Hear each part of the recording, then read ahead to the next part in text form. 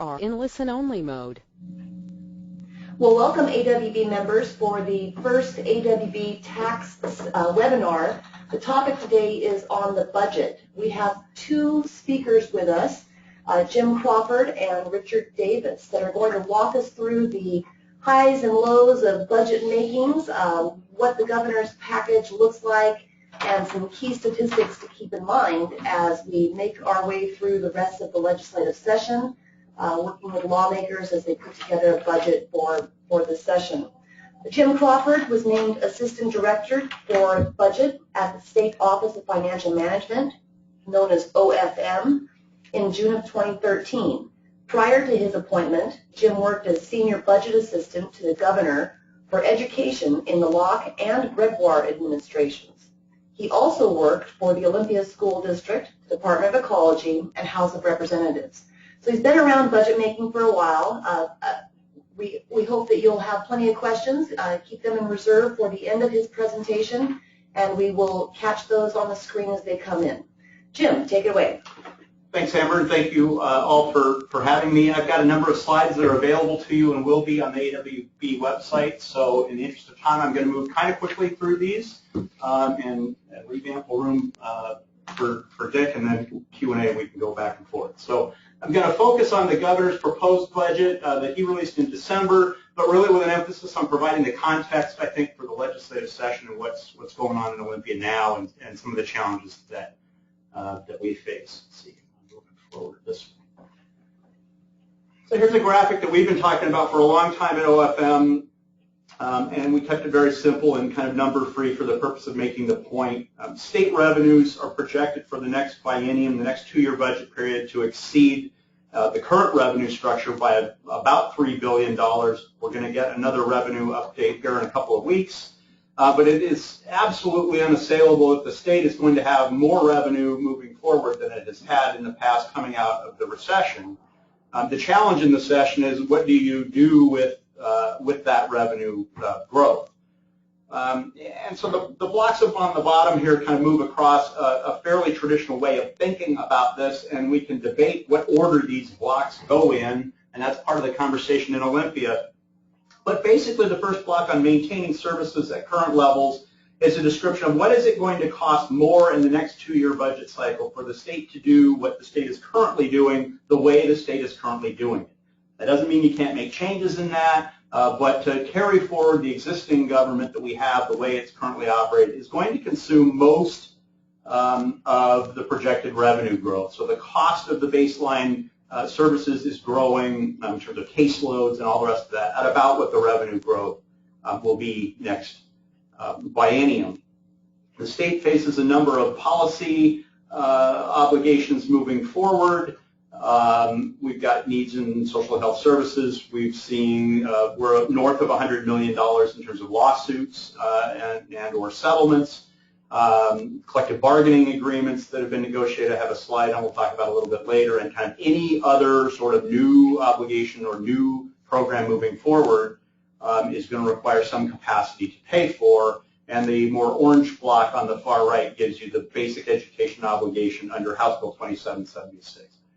There's another slide on this, but this is basically the legislature's commitment to increasing basic education funding that is already in law. And one of the big issues that we face going forward is how to phase that in, how to pay for that moving forward. So very simple graphic in terms of the problem is that we can't afford to do everything that people want to do. And we'll talk about Initiative 1351, which is the class size initiative, which you don't see here, but it would be another great big red block across the bottom that we don't even have here.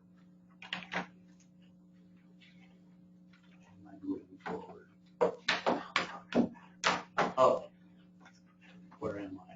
There we are, sorry. There we go.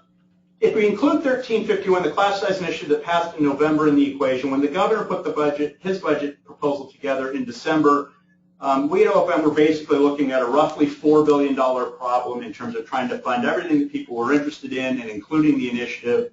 And so this is just a very simple graphic of sort of the governor's approach to solving the problem. The legislature is addressing this right now, obviously, and in the end, we're going to have to all agree on some kind of structure. But the biggest component right out of the chute in terms of the the solution in terms of balancing all this from the governor's perspective was that we could not see a way to fully fund Initiative 1351 in the 15-17 biennium. The governor took a piece of that funding that we'll talk about in a minute, but basically we deferred $1.6 billion of commitment the voters made in 1351 that we don't see a way to pay for in the ensuing biennium. When you work for a governor, there's a governor, you got to get to a coalition of one, and you can do that. The legislative challenge here will be that it's going to be a supermajority vote to amend 1351, and so that means that each legislator is a little bit more powerful perhaps than they might otherwise be because it's going to be a supermajority vote in their environment to address 1351.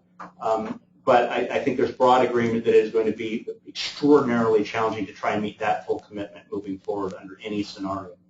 The next biggest chunk of the governor's solution to this problem is a net revenue increase of $1.4 billion.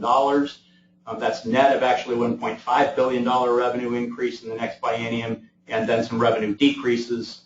But you've got significant revenue that the governor believes is necessary to balance on a sustainable basis a budget that he sees as being what the citizens of the state want moving forward. We do use the budget stabilization account on a one-time basis. The budget stabilization account, for those of you who don't do this in Olympia very often, is the state's, usually called the state's rainy day fund. 1% of general fund revenues flow into the rainy day fund on an annual basis. We continue that going forward so that we can build some sustainable, or at least hopefully sustainable reserves moving forward. But we do use it on a one-time basis in the next fiscal year. And the reason for that is that the governor's revenue package is heavily weighted to the second year of the biennium. The governor's budget contains cuts and savings of $423 million, combination of service level reductions that people are going to see and feel, and efficiencies and better ways of doing business that result in savings that will not result in impacts to services to folks. And finally, fund transfers is a little bit of money. The point that I want to leave folks with here is fund transfers is kind of raiding other accounts and doing one-time things to balance a budget. The governor tried to minimize that as much as possible. The big fund transfer here is the marijuana revenue under Initiative 502, which under the initiative is deposited in a fund for the state's basic health plan. The basic health plan no longer exists, so we've got revenue money projected to pile up in an account that for a program no longer exists. So the governor's budget, we transfer that to the general fund as part of the solution. So that's the big kind of overview of how that problem gets solved. The governor set out some parameters that I think we'll be hearing him talk about as the negotiations going on. Fundamentally, we've got to address school funding in this session in a way that makes our schools stronger. He's passionately committed to dealing with health and environmental issues for children, clean air, you'll hear a lot about. And once he got to, we are going to need revenue to address these problems, there are a series of fundamental choices you make if you're going to do revenue about how you do revenue, and tax fairness was an important component for the governor. I'm going to quickly flip through these slides because you're going to have them available, but this talks about sort of where did the governor put the resources in this budget. It's the largest ever investment in early learning. The increase in early learning is a little bit north of $150 million. It's a combination of expanded preschool opportunities and the quality of those preschool and child care opportunities in early learning. Key issue, I think everybody is working on this, and I suspect we're going to see substantial progress made in early learning this session. The governor funds $1.3 billion in basic education funding, reducing K-3 class sizes, implementing full-day kindergarten on a statewide basis, and fully funding the legislative commitment to something called MSOC, M-S-O-C, used to stand for maintenance, supplies, and operating costs. It's the nuts and bolts of school district expenditures that are now funded by levies that the Supreme Court has said it's a state obligation to fund, and that the legislature has enacted legislation to fund. We further in the governor's budget do some things we're lumping into here, calling promoting student success and higher graduation rates. The basic education funding under 2776 does a lot to help.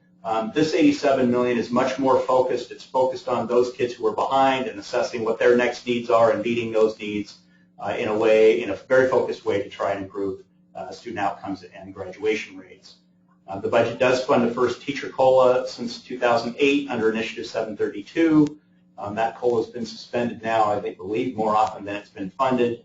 So in the governor's budget, does fund the I-732 COLA moving forward. And in terms of higher ed, the governor proposes to freeze tuition given the significant tuition increases families have experienced in the last couple of biennia, the last 3 biennia actually, 2 of the last 3. And there's significant money put into both the opportunity scholarships and college-bound scholarships in higher ed. It's a very student-centric higher education budget in terms of financial aid and tuition freeze. Here's detail. I'm not going to go through with you unless there are questions about it, but this is the implementation plan for House Bill 2776, which is the legislatively committed to increases in basic education. The key here is that the governor decided to fully fund the commitment in the second year of next biennium, so that we're not in a 2-step, $1 billion problem here and then another $1 billion problem when we get to 17-19. This will be debated throughout the legislative session. What is actually statutorily required under current law are these orange bands in the MSOC. Without a statutory amendment, those are going to have to be funded. That's about $750 million, which is looking to us like the floor moving forward on basic education. The governor went ahead and said, I want to get going on K3 class size and meet full-day kindergarten on a statewide basis in the next biennium and roll that forward.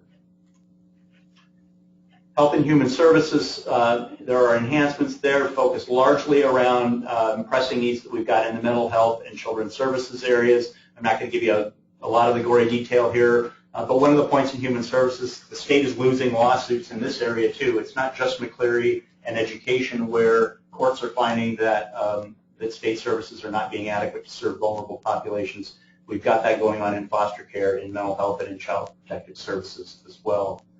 Natural resources, you hear a lot about carbon pollution production and oil spill prevention and response efforts. There's also a significant effort to do prevention of toxics in the environment and the waters. And the governor places a pretty strong emphasis around our state's parks system in terms of its operations and maintenance. In the Great Recession, we offloaded a lot of park spending to fees, and we've got a situation now in which the actual ongoing maintenance and operations of parks is in need of some shoring up, and that's a priority for the governor.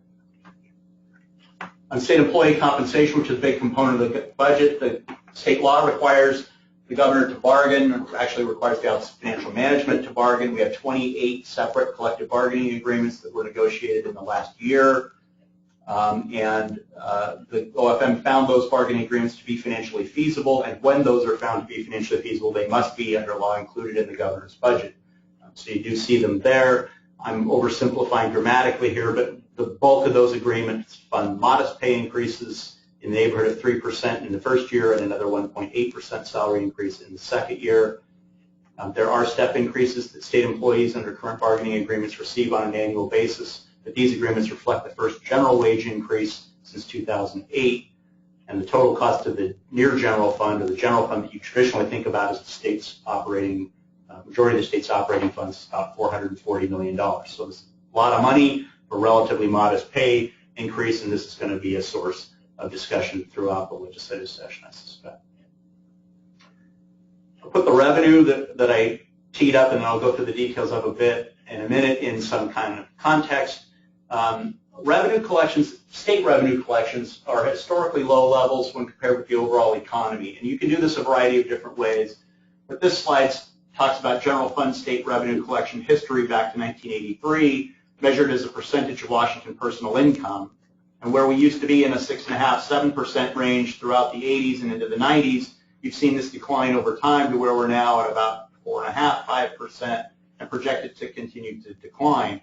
And we can talk about in questions the reasons for this.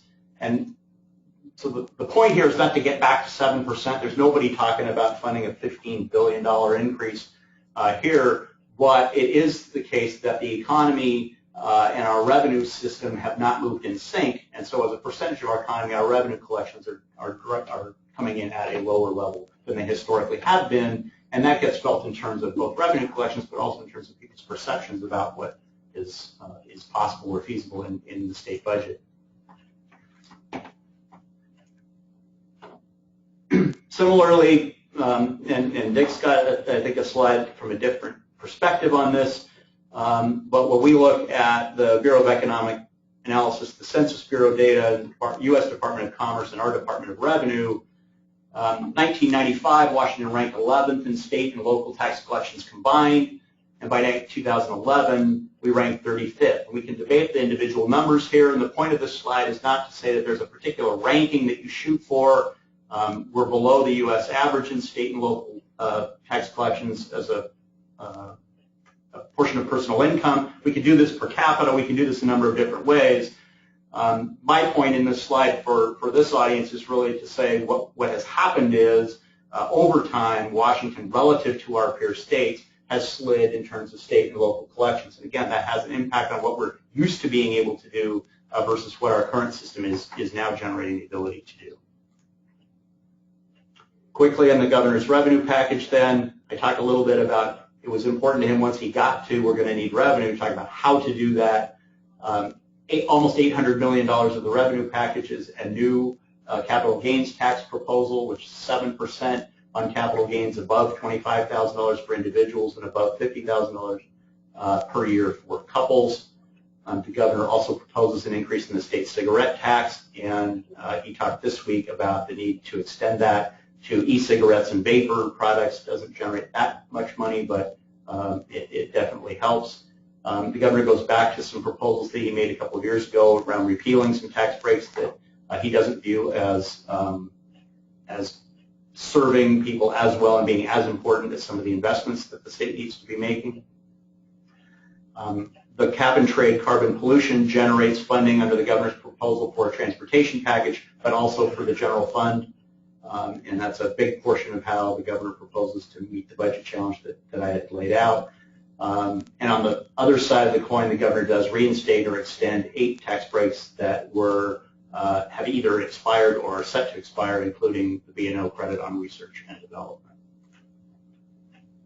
In a whirlwind. So as we get ready to hand it over to the next speaker, Richard Davis, let me give you a brief introduction, but remind you first that if you have questions for either Jim or Dick, to go ahead and type those in on your computer screen, and they will be in our queue so we can get to them as soon as Dick is done with his presentation. Many of you are familiar with Richard Davis. He's the former president of the Washington Research Council and former vice president of communications for the Association of Washington Business. Dick has done a number of studies on budget issues and other policies around our state. Please welcome Dick Davis, and we will go ahead and cue up your presentation and go ahead and begin. Thanks, Dick. Thank you, Amber, and Jim. Thank you for that excellent introduction to the state budget situation. I'm delighted to be with you here today to talk about the issue. This isn't a point counterpoint the way I see it. It's maybe point a couple of other points. Is perhaps another way to think about it. I'm not getting my screen up here yet, Amber. Yeah, I'll try to. It's working. Okay. It's getting there. Okay, I'll warm up with a couple of jokes. Perfect. So as Jim indicated, I think what we have is, in many ways, one of the more interesting, which is another way of saying challenging and controversial budget situations that we've had in the years that I've been watching this. Typically, get into a budget situation, go into a budget session, there's at least an agreement on the definition of the problem. Rarely have I seen one where the definition of the problem is so widely disputed. When we get to my slides, I can go into a little bit of that. I think it's safe to assume that the governor's budget, which Jim just went through, represents the high watermark for the 2015 budget discussions. We're looking at a proposed spending increase in the neighborhood of some 15%, historically large, on top of natural revenue, and that includes natural revenue growth of some 8.3, 8.4%. The numbers will vary. And we have had a little bit of good news in the last 2 monthly revenue collections report. Nonetheless, what we see in the frame here is an executive branch budget which views the problem as something requiring about $1.5 billion in new revenue. And on the other hand, you see from the Senate Ways and Means, which I think will probably be our low water mark in terms of an initial proposal, and they of course have not presented one yet, that says we can pretty much keep on doing everything we've been doing with the revenues we have, which interestingly is not inconsistent with the slide 2 that Jim presented before we begin to get things like McCleary, which is the 2776 number, or the class size reduction initiative 1351. 1351 is particularly problematic. Some $4.7 billion in unfunded mandates over the next 4 years. Am I beginning to get something here? Nope. About $4.7 billion unfunded mandate, and relatively poorly targeted in terms of education outcomes. It was narrowly passed, and yet it's kind of lingering and will probably linger till the end of the session. Do I have control, Amber? Control now. You should be able to click on the presentation. Okay. Thank you both for Sorry about bearing with that. us on that. Not a problem. I'll cover some of that material that I did in the VAMP in just a minute. One of the frames I think that we need to look at as we approach the 2015-17 session is just what's happened with the nature of state spending over the last 20-some years. In the slide you see here, biennial changes in budget share. Now this is not the change in spending, it's in the share of the budgets from 50% to 51%. And what this slide shows is that we've seen a significant increase in budget share for human services. Largely that's going to be healthcare, Medicaid, that sort of thing. At the same time that the purple slide, or the purple bar, has dropped dramatically. That's our K-12 spending. That, I think, represents the frame that we need to look at in terms of what's happening with K-12 spending. Prior to passage of 1351 in November, it was common to think of this 2015 budget session as the McCleary session, everything being driven by the state Supreme Court decision. And there was a reason that people filed suit, and one of it was that we've seen a substantial decline in state spending for K-12 education as a share of the budget, reaching its nadir in the 2005-2007 session as a budget share. Similarly, higher education has taken a decline. When shares mix, of course, if you're going to increase the share for one, you're going to decrease the share for the others. And many of the priorities for the business community over the last 4 to 6 years have been trying to both increase funding and outcomes, and the two have been linked for K-12 spending. Next slide.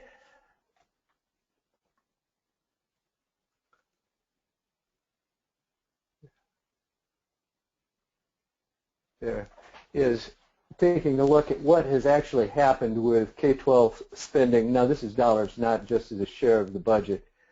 We'll see there's been substantial, there have been increases every year. Although the share of the budget has gone down, there have been increases every year except for the 2009-2011 budget, which was the budget where we saw, that was the recession.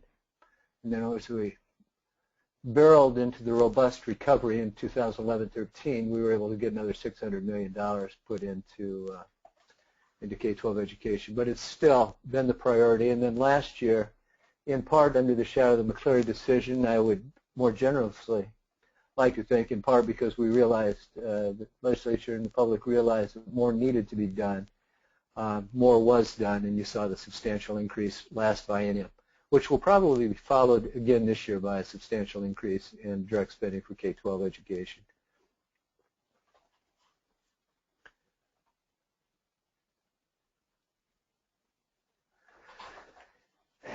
This slide gives us a context in terms of what we've actually experienced in the general fund. As Jim mentioned, the NGFS is what most of us think of as the budget. kind of remarkable numbers for those of us who've been around a long time to look back at that 1993-95 $16.5 billion budget up to the proposed spending now of nearly $39 billion for 15-17. We've had budget growth. I will not say substantial. We've had budget growth every biennium save the recession biennium of 2009-11. And in part, that overstates the reduction because we did have some federal aid out of the stimulus package that helped ease that cushion. 11-13 was a very modest increase. The $5.2 billion roughly that has been proposed by the governor this year is clearly both in terms of numbers and percentage increase as large as we've seen in any time. I mentioned about a 15% proposed increase, $3 billion of that being roughly what you get from natural growth, and the balance by largely through the capital gains and the carbon or the cap and trades proposal that the governor proposed. So we saw earlier what looked like a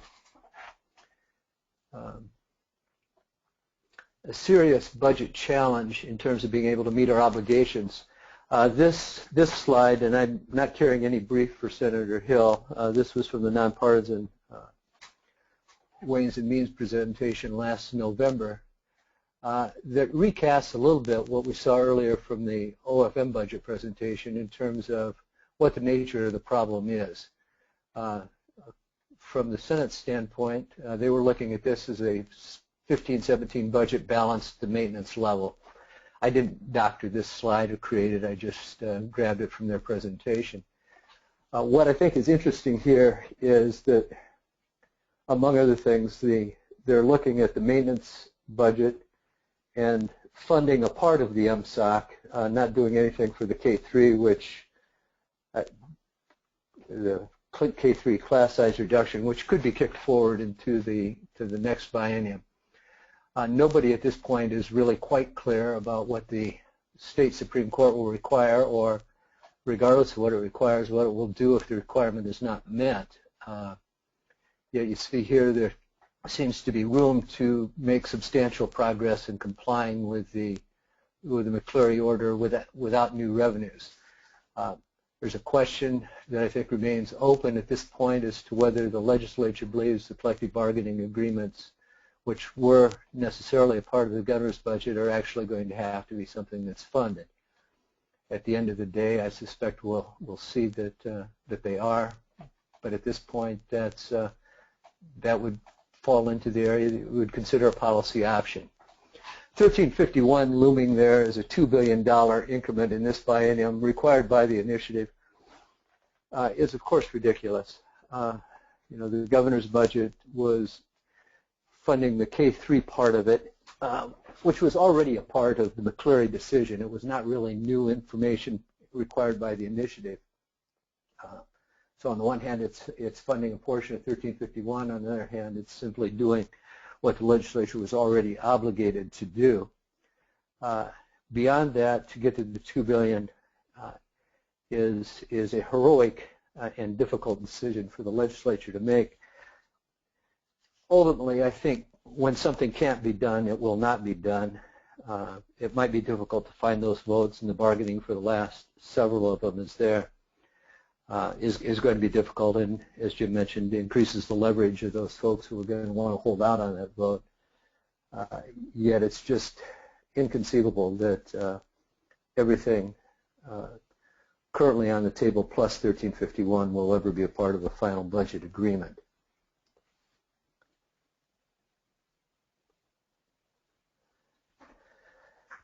I include this slide just to show a little bit of how different we are from other states in terms of the tax resources available to the state.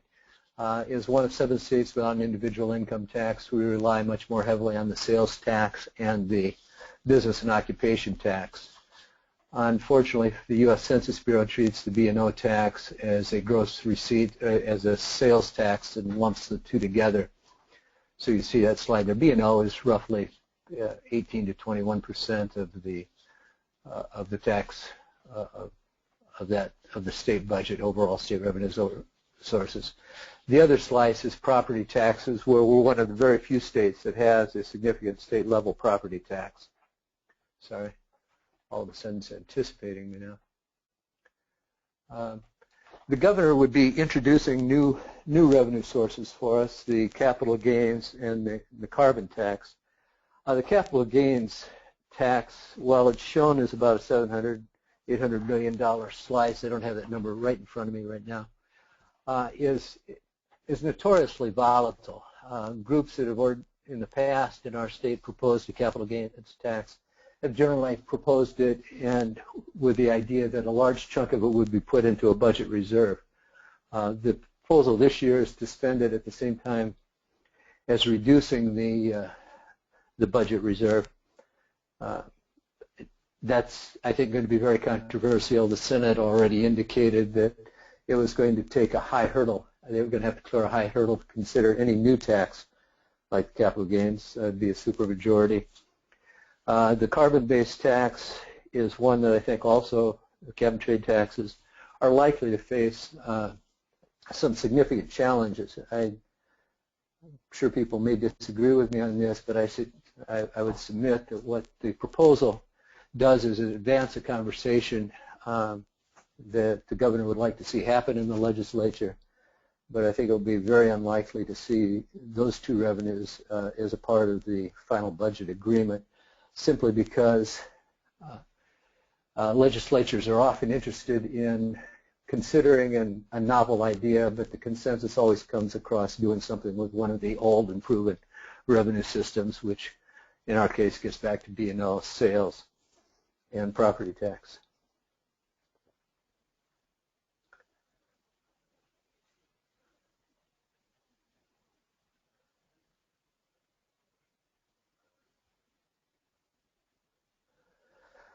This is a slightly different take on the slide that Jim presented earlier in terms of Washington's tax burden over time.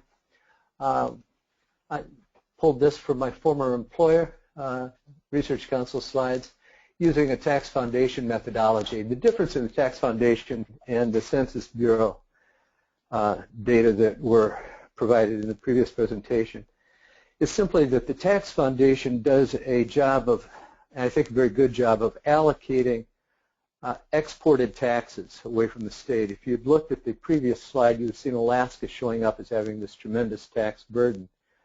Most of that Alaska's tax burden, of course, is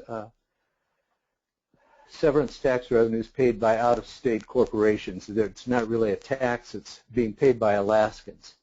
The tax foundation adjusts for that.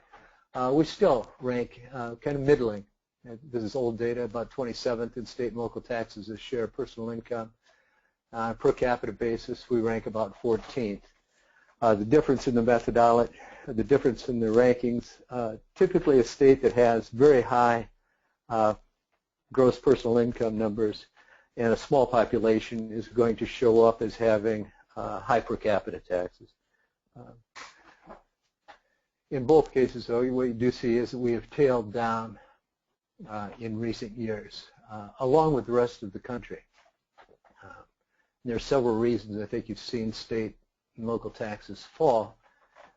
In our state, one significant factor has been, let's see if we can anticipate this slide moving a little quicker, changes in consumption patterns. We rely heavily on sales tax revenues. A fair amount of online sales still escape state taxation. It'd be nice to see the Main Street tax reform at the national level so that we could recapture some of that lost revenue. And also a shift in consumption from goods versus services in the new economy. That's affected virtually all states. It's affected states that rely heavily on sales taxes a little bit more. Property tax limitations imposed, approved by the voters, have also kept growth in check. We've had the MVET repeal, which is a significant change in state revenues, and then the recession. And I think we'll see certainly in the next couple of years, substantial growth. We're already beginning to see it with 8% natural growth here coming into the 15-17 biennium. That will likely accelerate. Our state tax structure is a little bit unusual in that we impose a sales tax on construction labor. When construction goes into the tank, as it did in the recession, we took a double hit. With construction coming back, particularly in the central Puget Sound area, I think we'll see some substantial revenue growth, which will begin to reverse that decline. And as I say, we're seeing it already.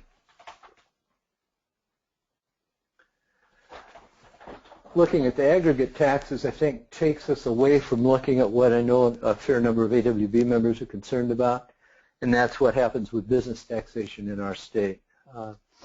The B&O tax is a tax on gross receipts, tends to be very insensitive to fluctuating profit margins. It doesn't matter. If you're making, you're paying the tax as a fixed share of gross revenues.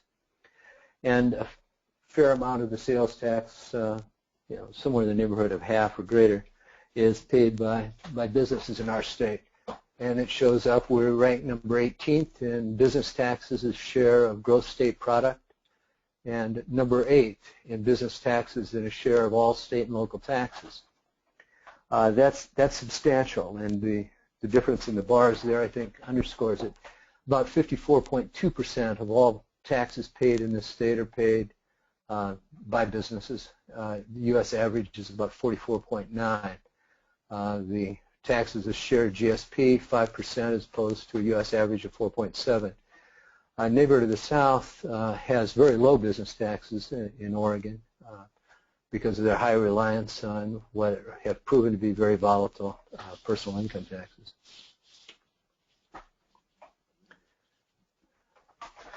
And then when I talk to business folks about what they're concerned about when they look at the budget, they can look at the needs, they can look at the gaps between what they'd like to do, what's affordable, and then they think about the cumulative impact. And this slide just kind of reviews some of that cumulative impact.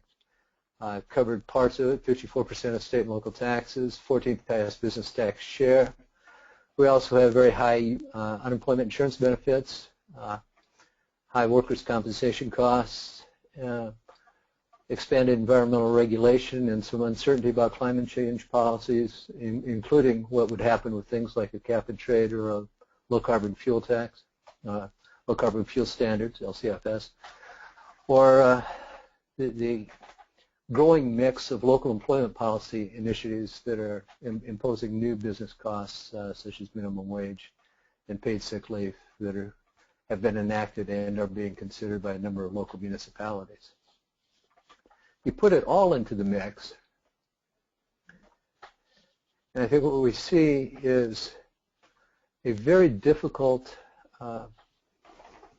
wide and legitimate disparity in the definition of the problem and what kind of resolution we might see. On the left, a little bit of the balance sheet from the governor's budget highlights showing the reliance on new revenues, partially circled in red.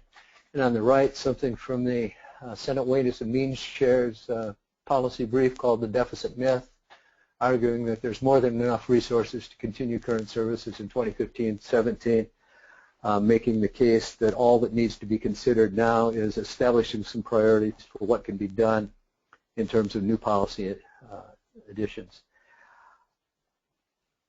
It's an interesting frame for a very difficult legislative conversation. I think it's the one we've seen coming for about 6 months, and with that, I'll kind of call it a day and take your questions. Thank you.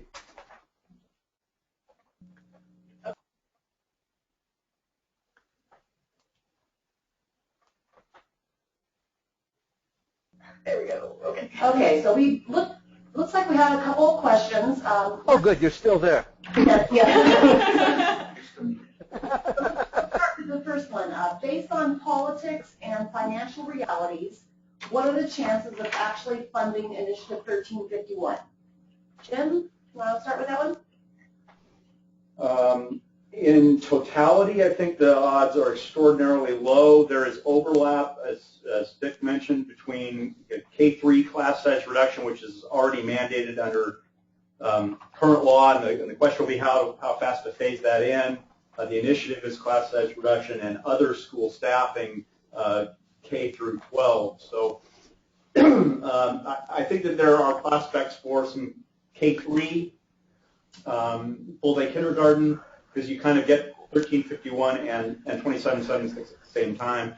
But I think to go significantly beyond that is going to be unlikely.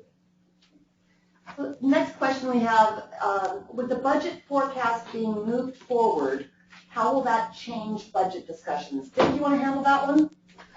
Well, I'm kind of an outlier here. I think it begins the serious discussion a little bit earlier. I think it's maybe less significant than a lot of people think. The difference is, unless there are rapid economic changes, which we're not really seeing at this time, there will be the difference between a February and a March forecast, I think, would be rather small. I think the psychological impact of having what they consider a firm number early probably has more to do with it than any real substantive impact from it. And then maybe a follow-up question for Jim. What do we expect to see in the upcoming forecast for revenue and caseloads? I expect we're going to see not great change in the short run. I couldn't forecast the forecast. I don't see, I'm like Dick, I don't see a sea change coming here. I do think that an earlier forecast just has a psychological impact of kind of getting to the critical questions, perhaps a little bit earlier in the session, but I would agree it's not going to, this is still a difficult budget Right, regardless. Caseloads, I think, that work is ongoing. That forecast is going to lag the revenue forecast a bit. Obviously Medicaid is going to be the big one there. So I just don't have a good feel yet. I think we're a little early for caseload. So, and for both of you, do you anticipate any budget impacts from the business slowdowns caused by the West Coast port problems? And when would the state revenues start to feel that impact? So I'm not a revenue expert beyond the sort of having had some very preliminary conversations with people who are regarding that. I think it's a serious economic impact that probably your members, if they're exporters, feel much more quickly and probably much more significantly than the overall state budget, which is a much broader effort. I think perhaps the impact on the state budget will happen on a lag, and I'm not hearing as a horrifically significant kind of overarching state issue unless this were prolonged. That's not to say this is anything to be taken lightly or a good thing, but I don't think it's going to have a dramatic impact on revenue forecasts. So Dick, your thoughts, is this a blip or is it long term? Well, I hope it's a blip, obviously. The revenue impact, I think, is going to be less significant than the business impact. The long-term effects of international trade continuing to lose confidence in West Coast ports could be a substantial problem. I guess I'd have to also take the moment to say it also underscores for a lot of us what the importance of good freight mobility and making sure that Washington state ports are seen as dependable partners in international trade. How important that is to us, and maybe another little argument for the transportation agreement that was announced yesterday. So switching back to Initiative 1351, Jim, has the governor given any insight on what he may do if lawmakers propose suspension of that initiative? I mean, it's too early for the governor to start to talk significantly about sort of what his response is. I think he's been very careful not to draw a lot of lines in the sand. What has to happen is there has to be something done about 1351. The legislature is going to have to get to supermajority agreements on that. I think it's a conversation that's ongoing, but there's going to have to be a broad consensus in town about what to do on that initiative moving forward. Yeah, I think it's important to remember that suspending it, amending it, any kind of change in it, including repealing it, would require the same supermajority vote in both chambers. And what could be very dicey is seeing how the proponents of 1351, primarily the Washington Education Association, use passage of the initiative as leverage in other education finance or education reform discussions. There are a lot of things in play beyond just the fiscal effects of the passage of that measure right now. Well, I don't see any other questions, but I'd like to give you a couple of reminders. We are in a 105-day legislative session. The first quarter of that session is more or less over. We've got some major deadlines facing us as lawmakers continue to work through their battles. February 20th is the first cutoff for policy bills to get out of committee, and then the real work really starts on the budget with the fiscal committee cutoff on February 27th and the House of Origin cutoff on March 11th. You're going to see things start to ramp up a lot in March, especially as the forecast numbers are solidified both for revenue and caseloads. We've heard from both the House and Senate budget negotiators that they are on track to get us out of here on time. And that's a very positive statement in contrast to where they just were in the beginning of January. They're meeting 3 to 4 times a week easily, if not more, and so they're very sincere about trying to get this budget deal put together.